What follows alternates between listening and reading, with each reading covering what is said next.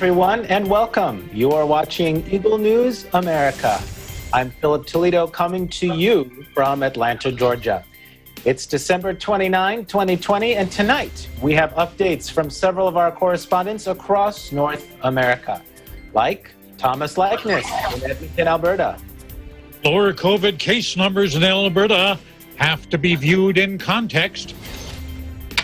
Eliza Gonzalez-Maglicmot in Washington, D.C. BC Health launches COVID-19 vaccination appointment portal for district workers in healthcare settings. Then Carlo Valdez in Union Township, New Jersey, reports about COVID-19 vaccinations beginning at the New Jersey Veterans Memorial Homes. Then we'll head to North Hills, California with Andre Reo-Tutar. LA County continues to struggle with COVID-19 infection surge.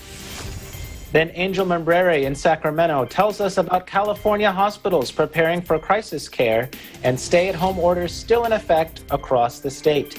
Then we'll head to the Lone Star State in San Antonio with Jericho Montefalcon. Texas encourages nursing facilities to take advantage of COVID-19 therapy treatments. Then for business news, Bobby Soriano in New York reports about the return of the Boeing 737 MAX to the U.S. and the FAA introducing new rules for drone delivery. Plus, in EBC Sports, EJ Gonzalez in Alexandria, Virginia. Washington football team cuts Dwayne Haskins. And for tonight's virtual roundtable, December 29 is National Hero Day. So we'll talk about our everyday heroes. Our coverage begins now. We'll take an overview of today's COVID-19 numbers. According to the Coronavirus Resource Center of Johns Hopkins University and Medicine, as of 6 p.m. Eastern Time today, the number of cases of COVID-19 reported worldwide is now more than 81,746,000. The top three on the list of recorded cases has not changed. The U.S. with more than 19,448,000, India with more than 10,224,000, and Brazil with more than 7,504,000. Sadly, this virus has now claimed more than 1,784,000 lives worldwide. The top three countries with the most number of COVID-19 related deaths are the U.S. with more than 336,000, Brazil with more than 191,000, and India with more than 148,000. Now, in our first story tonight, images released by the U.S. Geological Survey, Hawaiian Volcano Observatory, and taken on December 27, show glowing lava flowing into the lava lake down Hawaii's Kilauea Volcano as the eruption in its Hale'ema'uma'u summit continues. On the following day, December 28, the helicopter captured impressive footage of the eruption and the deep lava lake formed. Kilauea, a popular tourist attraction located on Hawaii's Big Island, erupted on December 20. The Kilauea volcano on Hawaii's Big Island erupted late Sunday, warning of a possible significant emission of volcanic ash into the atmosphere. Images posted by the Hawaii Volcanoes National Park showed billions of red smoke rising into the night sky.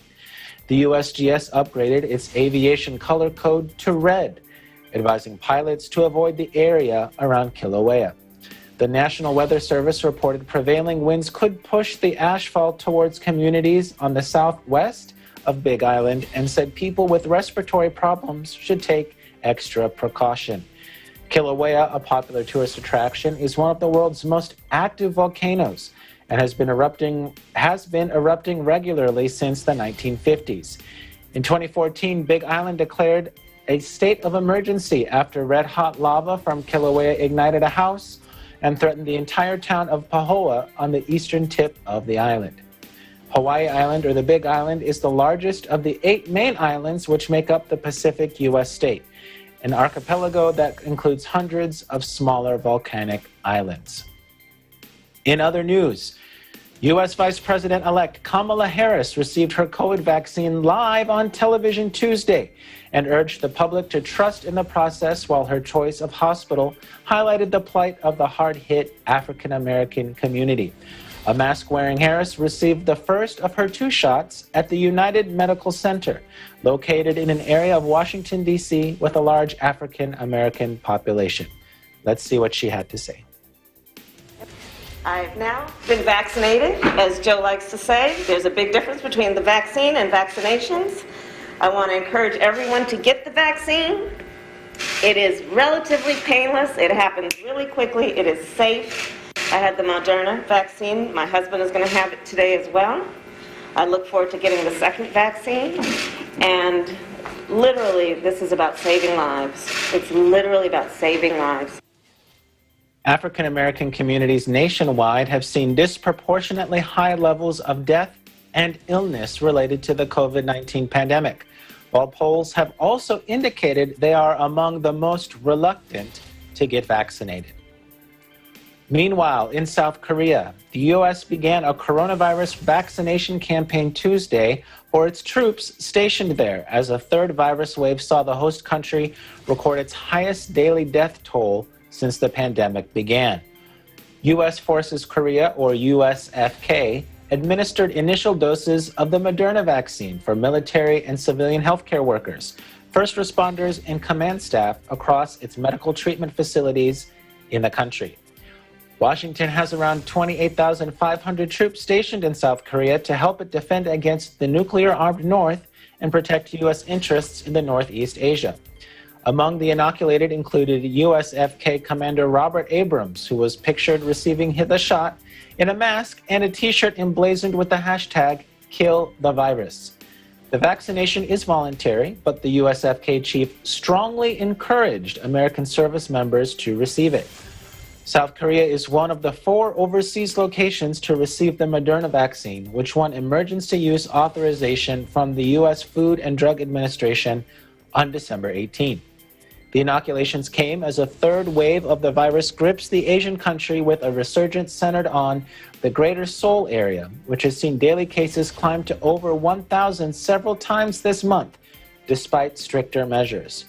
The country reported 1,046 new cases and 40 deaths on Tuesday, its highest daily toll since it first identified an infection in January. It has reported a total of 58,725 coronavirus cases. Now back here, U.S. President-elect Joe Biden is not very happy with how the vaccine distribution and administration is being handled by the Trump administration. Biden today vowed a major effort to fight COVID-19 once he takes office, as he warned the vaccination drive led by Donald Trump was falling short. Take a look. The Trump administration's plan to distribute vaccines is falling behind, far behind. We're grateful to the companies, the doctors, the scientists, the researchers, the clinical trial participants, and Operation Warp Speed for developing the vaccines quickly. But as I long feared and warned, the effort to distribute and administer the vaccine is not progressing as it should. Now up next, we'll have reports from Edmonton, Alberta, Washington, D.C., and Union Township, New Jersey. Eagle News America continues. Stay with us.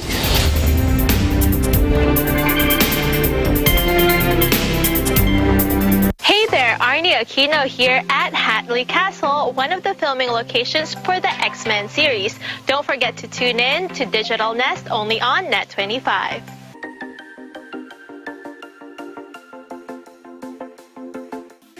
Factual. We have to defeat the virus everywhere.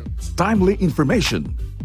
Balanced, not only in the country, but also abroad. I'm certain of one thing. Interviews that people need to know. Watch Aguila Pilipinas, a 1-hour newscast of reports coming from regional hubs in Luzon, Visayas, and Mindanao. Know the important updates in Asia in ASEAN in Focus.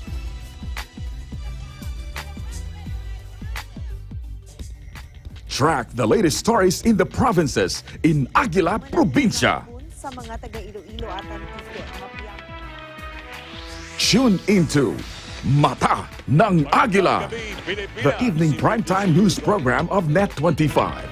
Balanced and objective, Matamang Agila covers national and international issues, tackles news on business, health, science, and technology, entertainment, sports and human interest features, and current events. And Eagle News International delivers the latest global reports, impartial, accessible, and up-to-date. It brings to fore EBC's rich international scope and access to valuable information streams. Well, thank you to explain our health outdoor Catch these programs on Net25. You can also watch our news programs through eaglenews.ph and Eagle News Facebook page and YouTube channel.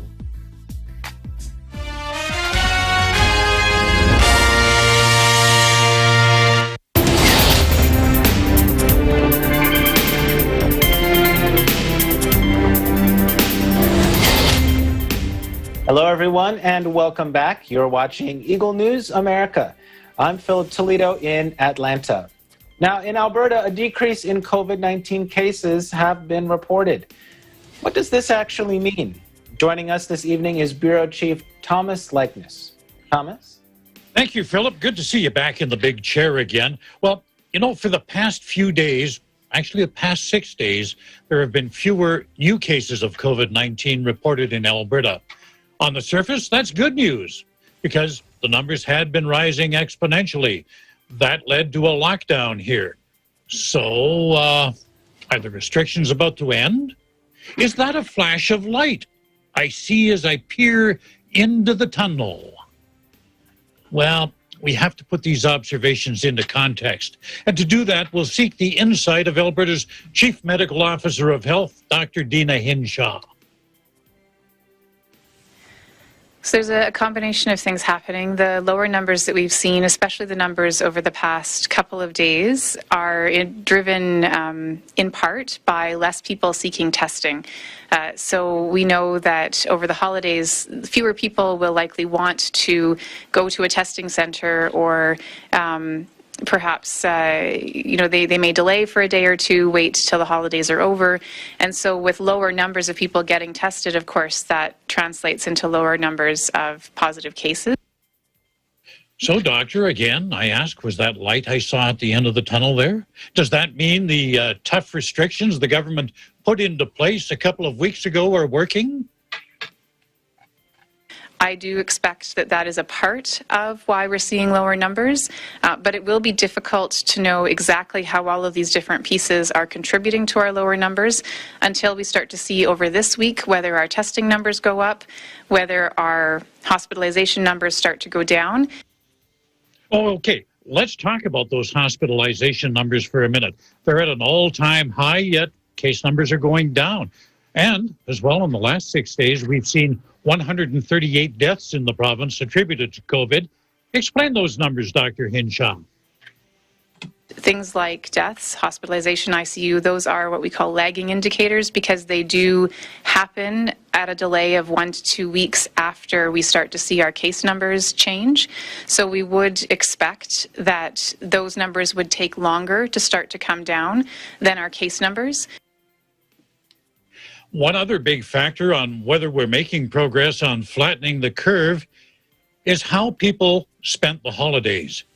If most avoided family gatherings, and I hope they did, we could be well on the way to a life with fewer restrictions as we prepare to immunize a large part of the population over the next several months. Looking ahead with optimism, I wish you all good health. Remember to take care of others, take care of yourselves. Stay home, stay safe, and stay tuned to Eagle News for accurate and balanced coverage of the COVID-19 pandemic and other current affairs.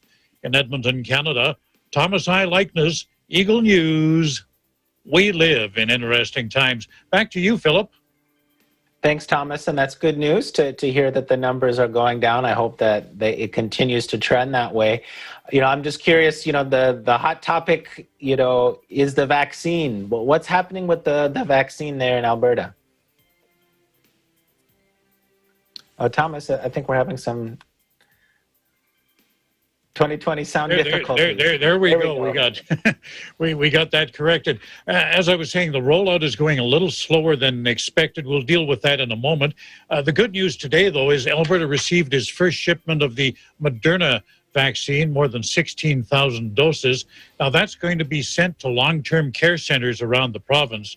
The reason being, you recall, Moderna doesn't require the same cold storage that the Pfizer vaccine does. Therefore, Moderna can be used in smaller facilities that don't have the storage capability. So, again, it's going to be for residents of long-term care centers and the staff that works there. Now, as I said, the rollout hasn't gone as smoothly as planned. The goal was by the end of this week, well, actually by Thursday, they had planned to have 29,000 healthcare workers and long-term care residents vaccinated. Well, as of yesterday, just over 6,000 had been immunized. Part of the problem, again, the Pfizer vaccine could only be administered where it was delivered. Pfizer's now removed that restriction, so it can be a little more widely used, but again, is very restrictive. And Premier Jason Kenney said today the pace will be picked up over the next couple of weeks. So hopefully we see that vaccine getting into people's arms very quickly. Philip? Absolutely. Thank you so much for your report tonight, Thomas. You stay safe. Thank you, Philip. Take care. Now, in our nation's capital, the district is making it easier for those working and living in healthcare settings to schedule an appointment for their first dose of the COVID-19 vaccine. In Washington, Eliza Gonzalez-Maglicmont joins us tonight. Eliza? Thank you, Philip, and welcome back. Good Tuesday evening to you and a safe and healthy morning to our viewers in the Philippines. You are correct, Philip. DC Health launched a COVID-19 vaccine appointment portal for workers in healthcare settings in the district. In a statement published on Mayor Muriel Bowser's website, this is part of the district's equitable distribution of a safe and effective COVID-19 vaccine. At this time, the portal, which can be accessed through coronavirus.dc.gov/vaccinatedc, is only for workers in healthcare settings who are part of the Phase 1A population. They are, number one, those who have direct or indirect exposure to infectious materials, and number two, those who cannot telework. Now, workers will need to attest that they work in such a setting when registering. They will also need to present verification at the time of their appointment. Philip, the District of Columbia launched its COVID-19 vaccination program on Monday, December 14, with the administration of vaccines to healthcare workers with the highest risk of exposure to COVID-19. Now, these vaccinations were done in healthcare settings across the city. The program subsequently expanded to include first, healthcare workers and residents of long-term care facilities. Second, home health aides. Third, urgent care workforce. And fourth, healthcare workers in community healthcare health centers and pharmacies that serve as vaccination centers for priority populations. Now, beginning yesterday, December 28, the program expanded to include the remaining healthcare workers covered in Phase 1A. Now, the District of Columbia continues to prioritize healthcare workers in Phase 1A based on the risk of, number one, acquiring infection, number two, severe morbidity and mortality, number three, negative societal impact, and four, transmitting infection to others. Now, Philip, for tonight's weather update, it's 38 degrees Fahrenheit or 3 degrees Celsius here in the nation's capital. In Washington, Eliza Gonzalez-Maglicmont, Eagle News. We live in interesting times. Back to you, Philip. Thanks, Eliza, and I hope you're staying warm. It sounds cold there in the D.C. area. Now, it is. Now, just to follow up on your report, once these healthcare workers register using the portal, what are they actually supposed to expect? Good question, Philip. Now, when workers register to get vaccinated through the portal that has just been launched, those who qualify will receive an appointment to get vaccinated at one of the vaccine access points. These include Bread for the City, Community of Hope, Giant, Mary Center, Safeway, and Unity Healthcare. Now, Philip, the portal is only to schedule appointments for the first dose of the vaccine. Now, during their first appointment, patients will need to schedule another appointment to secure their second dose of the vaccine. Philip? But what if appointments are not available through the portal? I can imagine that could cause some stress. You got the first one, and then all of a sudden there's no appointments for the second one. What do they do? Correct. Philip, users will be prompted to check back at a later time. However, individuals who work at institutions that are distributing vaccines internally are advised at the beginning of the questionnaire when they enter the portal to not continue anymore and to contact their facility. Now, Liza, remind us again, who are included in the Phase 1A population of the priority list? Philip, Phase 1A population include paid and unpaid people serving in healthcare settings who have the potential for direct or indirect exposure to patients or infectious materials and are unable to work from home. And number 2, District of Columbia residents within long-term care settings. However, Philip, those who can use the appointment portal are only healthcare workers who have direct or indirect exposure to infectious materials and cannot telework. Philip?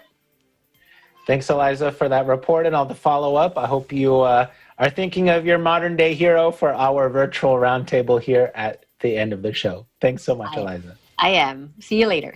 Take care. Now, staff and residents of New Jersey's Veterans Memorial Homes received their first dose of the COVID-19 vaccine. In Union Township, Bureau Chief Carlo Valdez has the report. Thanks, Philip, and welcome back. On Tuesday, Governor Phil Murphy and Interim Commissioner of the New Jersey Department of Veterans Affairs, Colonel Lisa Hu, DO, announced that COVID-19 vaccinations are ongoing to staff and residents of New Jersey's 3 Veterans Memorial Homes. The residents and staff of the Paramus Veterans Memorial Home started receiving the COVID-19 vaccinations yesterday, and these vaccinations are scheduled to begin over the course of next week at the Menlo Park and Vineland Veterans Memorial Homes as part of the Federal Pharmacy Partnership for Long-Term Care Program with Walgreens and CVS. Governor Phil Murphy said, "Our veterans were there for us in our time of greatest need. Now it is our turn to protect them with the distribution of life-saving COVID-19 vaccines." While this pandemic is far from over, these vaccines will undoubtedly reduce the risk of severe illness or death among the residents of our Veterans Memorial Homes. Colonel Lisa Hu, DO, added, "The immense relief is palpable. For our veterans, our staff, and our National Guard members on duty, we have nothing but gratitude for the tireless work of the medical and scientific communities who have cracked the coronavirus code. COVID-19 has disrupted everyday life to an almost unfathomable degree. Department staff, soldiers, and airmen have worked around the clock for the health and comfort of our veterans and their families. With an efficacious vaccine against this deadly virus, we finally have the strongest tool to bring some relief to our homes." And as for coronavirus stats and numbers, New Jersey reports of 3,675 new positive COVID-19 cases, pushing the total to 467,622. Sadly, New Jersey is reporting 127 new COVID-19 deaths, pushing the total to 16,832 lives lost. In Union Township, New Jersey, Carlo Valdez, Eagle News. We live in interesting times. Back to you, Philip.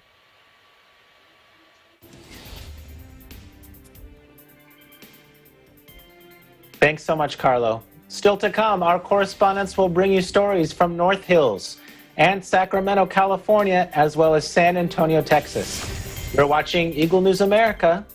Stay with us.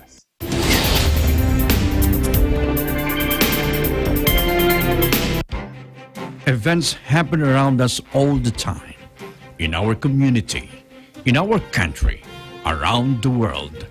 Events that affect people, move communities, or simply inspire us. Interesting events that people need to know. In these interesting times, we continue to be a competent partner in delivering news about these events.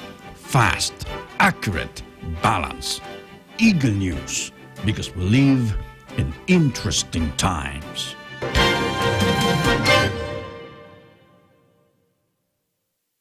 Kickoff. This much is certain. Something is coming. The fact check for the kickoff of the Bundesliga. Who are the favorites? Who should be nervous? And where might surprises be lurking? We dare to look ahead to the new season. Kickoff. Innovation, digital disruption, globalization. Startups, micro, small, and medium enterprises, as well as large corporations, all face interesting challenges in the market today. Peek into the world of exciting opportunities and partnerships to drive growth with the latest business news and information. We are open for business. Join the conversations to create a more vibrant environment for entrepreneurship. Catch Open for Business every Saturday from 5 to 6 p.m.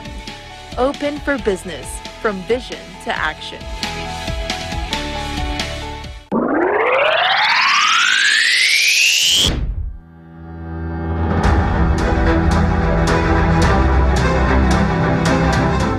Napakagaling mong kumanta. I like your voice. Napaka-rare ng quality ng voice mo. Masyadong mataas, masyadong maganda. Ito na lang masabi ko. Good luck.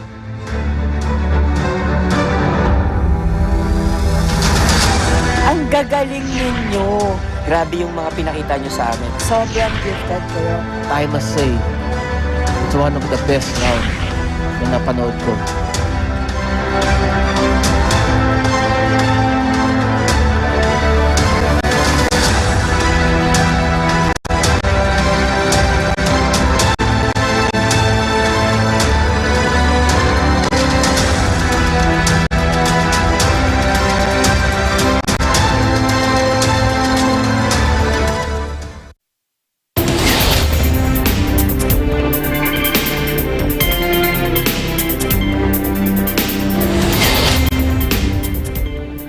This is Eagle News America, and I'm Phil Toledo coming to you from Atlanta. In Los Angeles, hospitals are overwhelmed with the influx of COVID-19 infections as they operate at more than 100% capacity. In North Hills, Eagle News correspondent Andre Reo-Tutar has the details. Andre? Thank you, Philip. Los Angeles County continues to record-breaking number of confined COVID-19 cases. 6,914 Angelenos are currently in hospitals due to the coronavirus. 20% of those hospitalized are in the intensive care, placing a great strain on healthcare workers. According to the Los Angeles County Department of Public Health, Memorial Hospital of Gardena last Monday was operating at an alarming 140% capacity, pushing officials to request a 4-hour suspension on new ambulance calls for emergency in order to handle the current load of patients. In Huntington Park, Community Hospital had to close its front entrance as at the back of the hospital. There were continuous arrivals of ambulances that came every 30 minutes as observed by a security guard there. Memorial Hospital Chief Executive Kevin Metcalf states, the hospital is struggling to keep enough oxygen and supplies on hand amid the crunch of COVID-19 patients who need it. It's a crisis, there's no doubt about it, and they just keep coming. With Los Angeles County struggling to handle this recent unprecedented surge of coronavirus cases, the number of available hospital beds continues to dwindle, filling hospitals with COVID-positive patients. In an effort to try to accommodate the alarming surge, hospitals have converted gift shops, conference rooms, cafeterias, and whatever area is available for additional medical care space. Between early November to present, average daily hospitalizations in the county have significantly increased by 674%, with daily death rates spiking by 600%. Los Angeles Public Health Department tweets today, last week, LA County lost a person to COVID-19 every 10 to 15 minutes. County health officials fear that the number of hospitalizations and death toll rate in the county will only increase due to many residents ignoring travel warnings during the holidays, as seen through crowded freeways, busy airports, and even public gatherings. In North Hills, California, Andre Rio Titore, Eagle News. We live in interesting times. Back to you, Philip. Thanks, Andre. And those numbers are certainly alarming when it comes to the confirmed COVID-19 cases there in LA County. What safety precautions are being mandated or urged to help slow the spread? Well, Philip, masking up when in public and staying home unless absolutely needed. Los Angeles is also requiring a 10-day quarantine for anyone who has traveled outside of the country upon the return. Also, travelers who fly into Los Angeles International Airport or take a train to LA Union Station are also required to sign a form acknowledging California's 14-day self-quarantine mandate. Philip? Thanks, Andre. Well, with all those increases over there, I hope that you and your family are staying safe and healthy. Thanks so much for your report. Safe. Now let's head over to California's capital, where Bureau Chief Angel Membrere tells us about how hospitals in the state are anticipating and preparing for crisis care. Take a look. Thank you. Over the last 14 days, California has continued to see an increase in hospitalizations and ICU hospitalizations due to COVID-19. Because of the increase of hospitalizations, Dr. Mark Ghaly, California Health and Human Services Secretary, reviews the crisis care continuum and how space, staff, supplies, and level of care are rationed when in crisis care, which leads to more risks for patients. He explains more. Let's listen. Certainly with the current surge, many hospitals are being stretched to provide the care we want and expect in California. I think often of an analogy or a comparison to a rubber band that you do stretch, and you can certainly stretch many rubber bands pretty far, as we are stretching many of our hospitals pretty far. But we know that that stretch has a limit before it breaks, before we push them into a situation where they're making the kind of decisions about resources and staff that I just walked through. I do believe that hospitals are handling this surge as well as possible, and they're adapting their operations and space in very important, innovative ways to make sure we can do as much as we can on the campuses of the hospital. We learned early on through hours, weeks, months of planning for alternate care sites, pop-up medical facilities throughout our state, that the best option we have is to continue to work with the assets at the hospitals as long and as much as possible. That's where the pharmacies are, that's where the labs are, that's where the personnel are that can make care happen better, smarter, and more efficiently and in a higher quality way. So we continue to work to bring as much care at in those existing hospitals as possible. But we do have to acknowledge that we need to be prepared for the possibility that some hospitals will need to resort to crisis care. That in which, as I said, medical professionals have to make hard choices and allocate resources different than we usually do. Dr. Mark Ghaly gives an update on the regional stay-at-home order across the different regions of California. The San Joaquin Valley and Southern California region will remain under the stay-at-home order for the time being. He reminds us how the projections are made based on 4 regional outputs. Let's listen. As I said, these projections are going to be run by the California Department of Public Health data team, pretty incredible scientists, statisticians, epidemiologists, folks who've been thinking hard, even individuals who are spending time working themselves in hospitals and understand where the rubber meets the road with these calculations. Doing this on a daily basis and updating us and the public regularly. These projections are really based on 4 regional inputs, so factors that are regionally based that come into our projections. The first one, and much of this won't be a surprise, but it's important to walk through. The current ICU capacity in any region is the first detail. that we start with. The second one is that current 7-day average case rate. The third is the current transmission rate that are effective. And then the fourth is a current rate of ICU admission. In Sacramento, California, Angel Manberry, Eagle News, we live in interesting times. Thanks, Angel. Now we'll head to Texas, where Governor Greg Abbott and the Texas Department of State Health suggests nursing facilities to take the opportunity to make use of what is called monoclonal antibody therapies. Now, if you're wondering what these are, Eagle News correspondent Jericho Montefalcon is with us tonight with the details. Jericho? Thank you, Philip, and howdy from the Lone Star State. On Monday, Texas Governor Greg Abbott and the Texas Department of State Health Services issued a statement encouraging nursing facilities to take advantage of the monoclonal antibody therapies that can help residents who already have COVID-19. Governor Abbott stated, "These life-saving monoclonal antibody therapies play a critical role in our fight against COVID-19. And I urge nursing facilities across the state to take advantage of these treatments." According to health officials, these therapeutics are shown to help reduce hospital admissions for COVID-19 diagnosed patients, those who have mild or moderate illness, and those in a high-risk group for developing severe disease. Texas receives a regular supply of 2 different monoclonal antibody therapies from the federal government. Nursing facilities and healthcare providers who are interested in receiving shipments can register with their Health and Human Services Commission or regional director.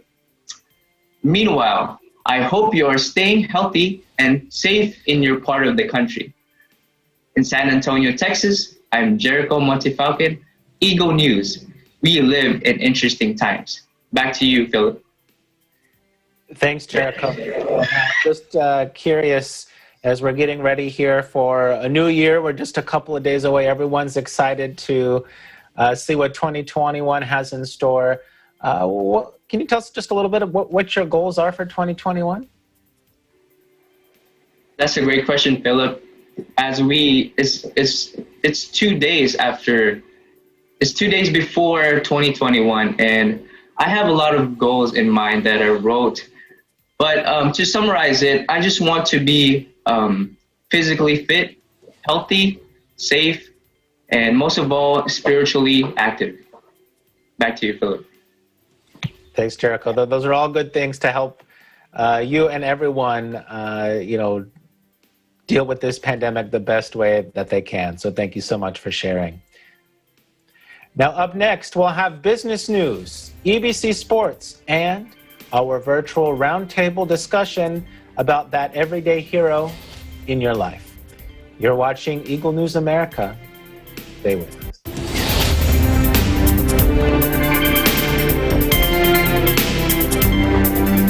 Mga mahalagang pangyayari na naganap di lamang sa bansa, kundi maging sa iba't ibang panig ng mundo.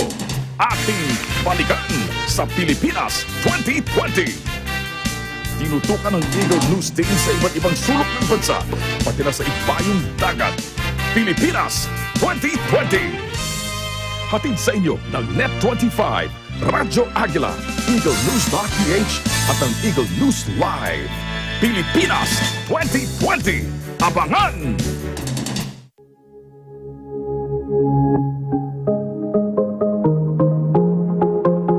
Mga orihinal na musikang Pilipino.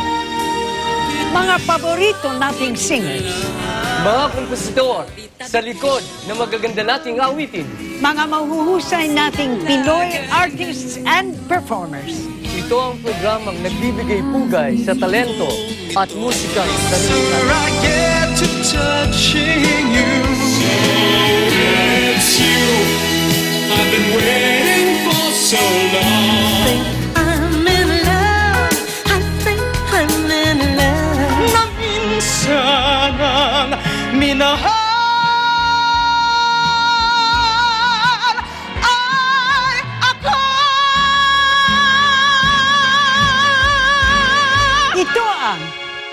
himig ng lahi.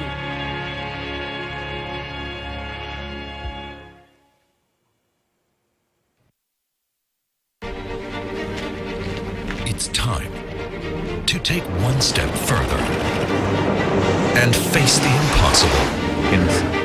Time to search the unknown and fight for the truth. Time to overcome boundaries and connect the world. It's time for DW News.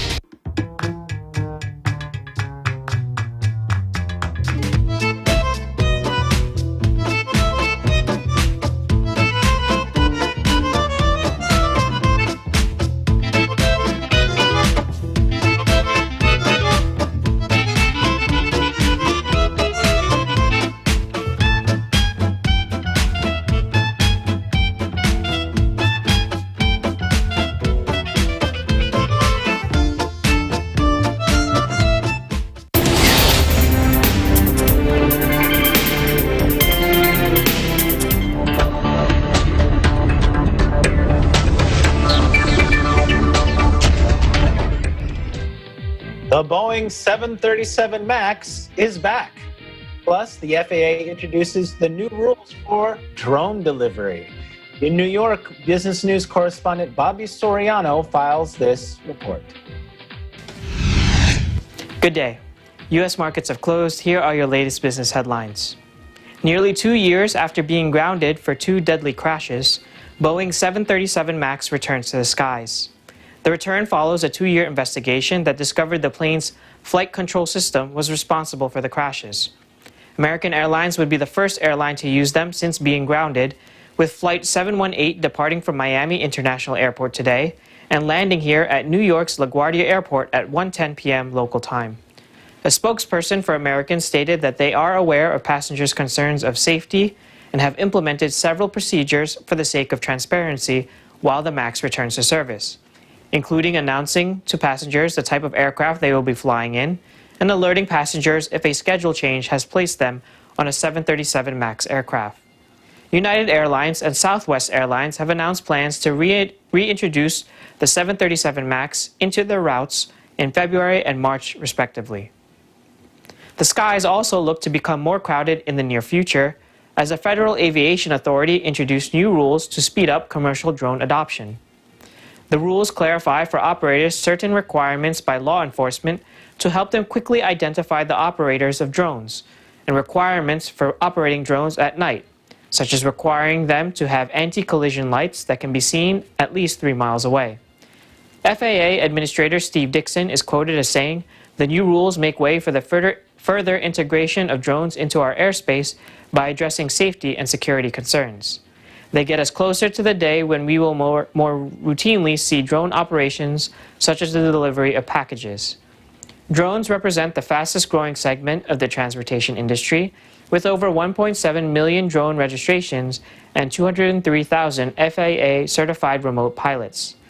Several large companies have already entered the race to make drone delivery as commonplace as the delivery truck, including Google, Amazon, and Walmart. U.S. stock indices gave up their all-time highs this morning on news that the Republican-controlled Senate blocked efforts to provide bigger stimulus checks to citizens. Reporting from New York, Bobby Soriano, Eagle News. We live in interesting times.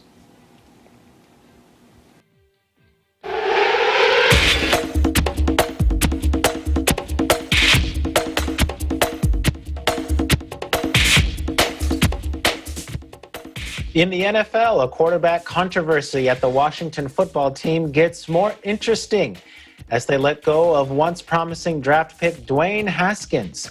In Alexandria, Virginia, EJ Gonzalez has all the details. EJ? Thanks, Philip.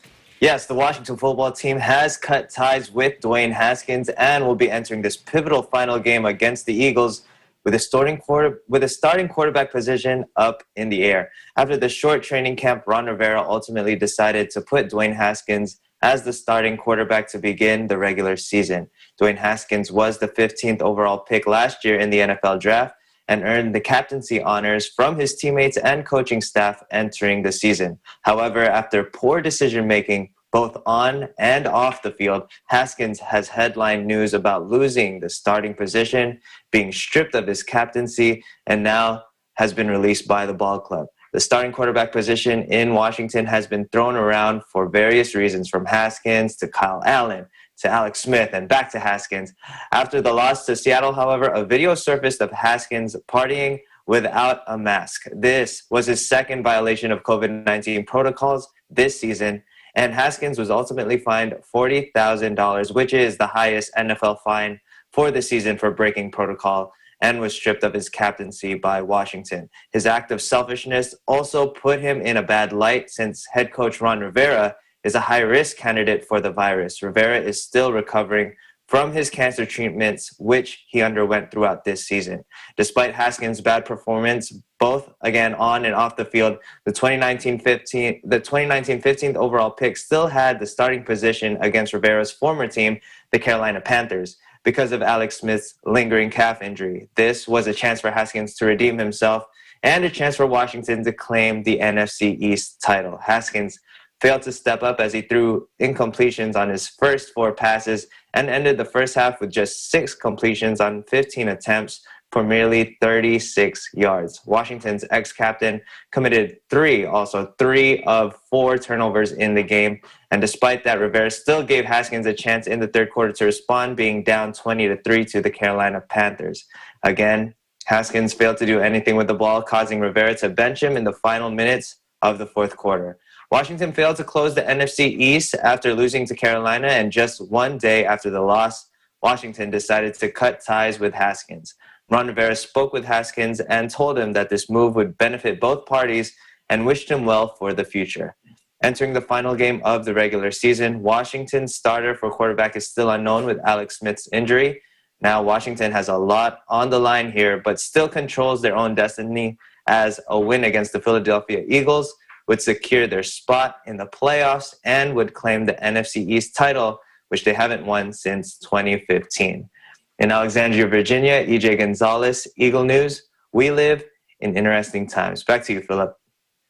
Thanks, EJ. Now, with Haskins out, what are the options for Washington at the quarterback position coming into this last game? Yeah, it all depends. If Alex Smith is healthy, he will get the start. If not, Washington will probably be going with Taylor Heineke, who finished the final minutes of the game against the Panthers this weekend.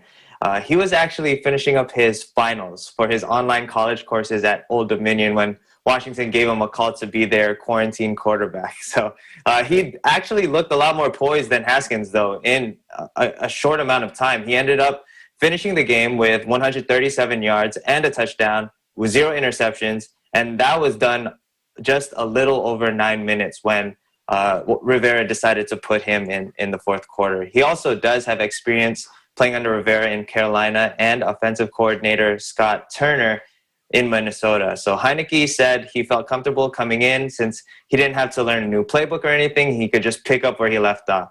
If Alex Smith ultimately cannot suit up, the fate of the NFC East title will be in the hands of Taylor Heineke. But as a Washington fan, I'm hoping for our best option, Alex Smith, because if he's healthy, we're going to have a good shot. But if Heineke does end up starting, I'll be rooting for him. So let's go Washington, and let's win the NFC East. All right. Thanks so much, EJ. I'm sure Washington fans around the world are keeping a close eye on the story that you just mentioned. Yeah, thank you so much. Thanks, Philip.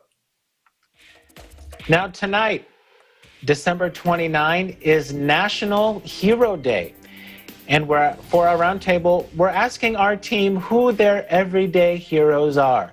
So for all of our correspondents tonight, please share with us the reason or who this person is and the reason why they are your everyday hero. So why don't we start with our friend up there in Canada, Thomas Likeness. Talk to us about your everyday hero.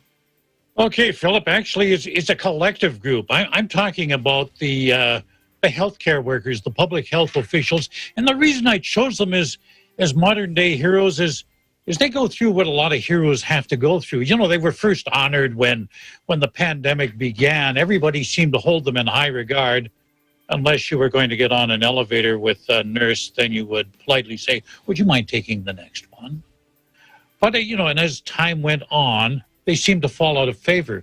Many suffered abuse by patients, the general public, because again, they fear they carry the disease. Then you've got the tinfoil hat society out there. They figure they're all part of a conspiracy that this whole thing is a fake pandemic. Public health officials getting death threats. But, you know, in spite of all that, plus a ton of overtime that they've got to work, the workload is horrendous because there's a shortage of people. They're getting ill. There's just not enough of them to begin with. They've got a ton of overtime. These men and women, they still soldier on. They show up for work despite the risks. Oh, yeah, I forgot to mention the risks because some of them do become infected. Yet, when they recover, what do? They go back to work. Now, why do they do that? Why, with all this abuse, with all this disdain that admittedly is probably a small segment of our society holds for them, why do they do it? Because that's what a hero does. Philip? Thanks, Thomas. And I think that's a great selection. That's, you know, you brought up a lot of good points. It's very interesting how, you know, over the course of the pandemic, you know, by social media feed alone, you know, the responses to our healthcare workers has changed a little bit. And, you know, that's why at the end of every broadcast, right, we thank them because they're doing so much, you know, to help us through this pandemic. That's a good choice, Thomas. Thank you. Eliza, how about you? Who's your modern day hero? Thank you, Philip. Well, for me, it's a little bit more personal. My all-time modern-day hero is my sister. She's Emmy Gonzalez Velarde. We are 25 years apart. She is the eldest of 7 kids, and obviously I'm the youngest. Philip, she has mothered my brothers and me since I can remember. And from day one, she has influenced me so much, from what clothes to wear, to what books to read, to what movies to watch, to what course to take in college, to when I had just started working, what jobs to hunt and which ones to drop. To this day, I still ask her advice and her opinions about things in my life, be they big or small. Emmy is a veteran journalist in the Philippines, and to me, she is the best writer I have ever known. She has mentored so many up-and-coming writers in the Philippines who are now great writers as well, and I'm sure they all feel as grateful as I do. So to my sister, Ate Emmy, stay safe, and I hope to see you soon. Thank you, Eliza. That was a very, you know, as you started talking, I wanted to ask the question, oh, is she also in journalism? But obviously, and so that's really awesome to see that connection between you and your sister. So thank you for sharing that with all of us. Now, how about our sports correspondent tonight, EJ? Who is your modern day hero? Of course, the safe answer and the answer for me personally would have to be my wife. But for the sake of our viewers, so for someone else that they can relate to, I chose a public figure to talk about, and I'm going to stick with Washington and their quarterbacks again, and that's going to be Alex Smith. If no one knows the story of Alex Smith, it's actually a pretty crazy story to how he got back into the NFL and getting that starting quarterback job. He had a gruesome leg injury in 2018. He actually had 17 surgeries, and he was actually advised to get his leg amputated after a life-threatening infection. He was told that he might not even walk again, let alone see back on the field, but he kept battling over and over again, always kept getting back up, despite any hindrance that came his way. He put it in his mind that he was going to be able to get back on that field. And this season, a total of 728 days since he experienced that gruesome injury, he was able to get back on the field. And while he started for Washington this season, they've had a winning record with him behind center. So Alex Smith, definitely such an inspiring story, from a life-threatening injury to not even make it through, but to be back in the NFL and playing one of the most physical sports out there. He's able to do it. So definitely one of the modern day heroes, especially for sports and athletes. All right. Thank you so much, EJ. Of course, I knew you would pick someone from sports. Yo, had to. Now, Andre, how about you? Who is your modern day hero? So for my modern day hero, I actually have two, and I gotta say it's my parents. They're both nurses. They both work so hard for my brothers and this household. So I am deeply appreciative of what they all do for us. They always put our future first and make sure that we have everything that we need in this life. So, Mom and Dad, if you're watching this, I just want to say I love you very much. Thank you, Andre. That was a very sweet message for your parents there. And, let's make sure that when we do our round of applause at the end, we keep them in mind, because it's absolutely, such a noble profession. And, to be parents on top of that, I know some nurses who are parents, and this is a tough time for them because they can't, do all the things that they normally would with their family. So we do really appreciate all that they do. Jericho, how about you? Who is your modern day hero? Philip, my modern day hero is my mom. She's an inspiration. She showed us compassion, especially during these times. During these times of pandemic, she became our foundation, our rock. She always communicates with us every day, even if she's not with us here in the country. She's actually back home in the Philippines. But my mom is really she really loves his children, and that's why